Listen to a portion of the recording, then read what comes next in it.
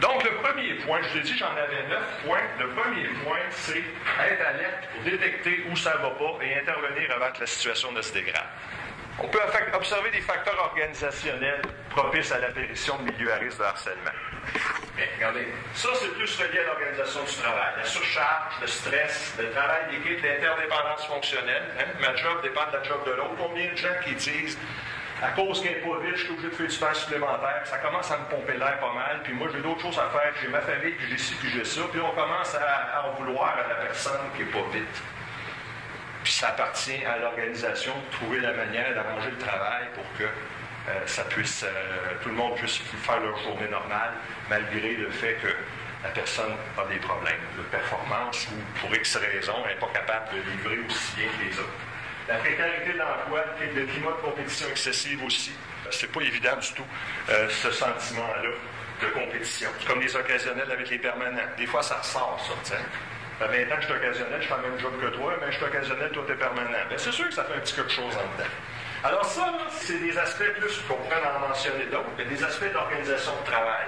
C'est pour ça que je me dis que pour travailler en amont, il faut également, des fois, reconsidérer l'organisation du travail dans ces milieux-là. C'est pas vrai que juste faire un pitch de vente aux gens qu'ils vont ça va faire l'effet pendant un petit bout de temps, mais si on ne règle pas le problème à la source, ça va perpétuer. Alors, si on ne règle pas le problème à la source, éventuellement, c'est des couples qui vont, durant mon québécois, retrousser à un moment donné. Puis, on l'a vécu, puis on a des endroits où qui sont à problème, puis que c'est sporadique à un moment donné, comme les volcans, ça revient en éruption, ça se calme. Puis on essaie d'une fois à l'autre d'éliminer les facteurs de risque. Il y a des places où on a réussi, on n'entend plus parler d'eux autres, puis ça va vraiment bien. D'autres places où, regarde, c'est ce qui fait qu'on aura toujours de l'ouvrage.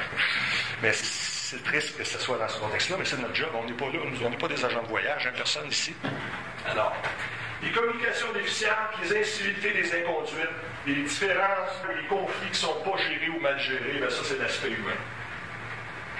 Et finalement, la résistance au changement, les changements organisationnels, culturels, générationnels, ça bouleverse les gens. Les gens, quand ils sont confortables, sont dans leur zone de confort, on n'entend pas trop parler. Mais là, à un moment donné, il y a ces facteurs-là qui rentrent encore. Les changements dans les organisations, les fusions, les changements technologiques qui en insécurisent beaucoup, surtout quand c'est mal mené. Puis, finalement, la banalisation de conduite vexatoire. Oh, c'est pas grave. Ou je suis authentique, je parle de même. Je fasse avec. Mais c'est pas vrai dans un milieu de travail qu'il faut qu'on fasse avec. Alors, c'est des conditions organisationnelles que vous pouvez décoder, parce que vous parlez avec plein d'intervenants, et vous pouvez vous dire, dans ce milieu-là, moi, je sens que il y a beaucoup de ces facteurs-là et il va falloir qu'on ait une attention particulière, que je sonde plus souvent les cœurs pour savoir comment ça se passe, parce que si je fais rien, éventuellement, on va se réveiller avec un gros problème.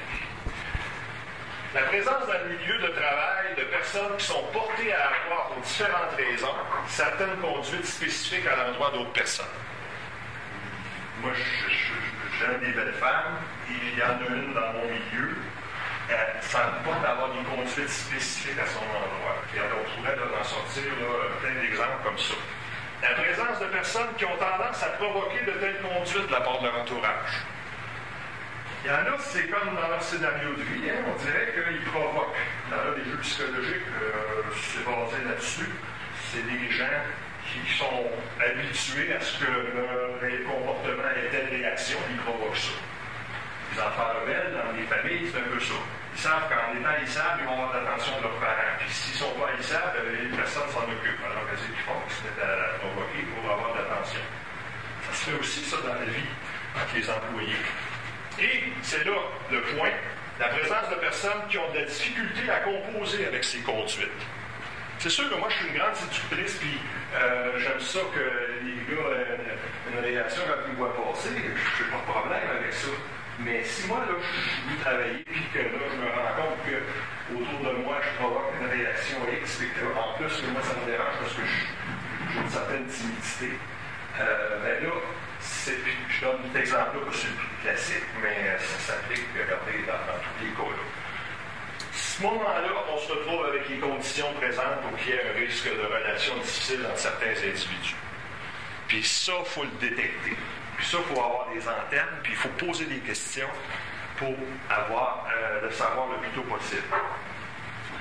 Donc, la réalité organisationnelle et la réalité individuelle propice à l'apparition de milieux à risque, ben à ce moment-là, notre job versus ça, c'est de tenter, par nos conseils, aider les gens à composer avec ces réalités auxquelles ils sont confrontés. Composer, ça veut dire essayer de trouver des solutions. Avant que tu te dises, ah ben moi je te dis la recette, regarde, fais-moi un grief, c'est pas ça. L'idée, c'est on peut-tu trouver, peux-tu t'aider à réfléchir, on peut-tu mettre des gens en place pour essayer de trouver un moyen que ça se règle. Quand ça dépasse les limites du raisonnable, on doit signifier à qui de droit. Donc c'est là qu'il faut qu'on dise à la personne, moi ce que tu fais là, moi je considère que c'est inapproprié, c'est à risque, que c'est dangereux pour toi, fais quelque chose, laisse pas faire ça dans les deux sens. Il faut bien leur signifier ce qui ne va pas. Et quand il faut prendre des mesures pour faire changer des choses inacceptables dans le contexte, ben à ce moment-là, on exerce notre rôle plus formel à cet égard, c'est-à-dire les procédures légales, les procédures conventionnelles. Autrement dit, la personne ne veut pas comprendre le bon sens, ben les relations de travail vont commencer une gradation de mesures. Hein? Puis l'employeur ne veut pas comprendre le bon sens, ben, le syndicat, à un moment donné, il va entreprendre lui aussi des mesures pour que l'employeur finisse par prendre les choses au sérieux. Alors, c'était mon premier point.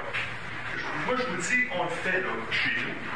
Je pense que chaque milieu a sa réalité. Je ne sais pas où vous en êtes rendu par rapport à votre collaboration. Je pense que je ne peux pas vous donner la recette universelle, mais ce que je veux ce matin, c'est vous alerter à ça pour que vous vous assoyiez ensemble dans l'organisme et que vous réfléchissiez comment on peut se doter de moyens pour être capable d'identifier ces signaux-là avant que le mal soit fait.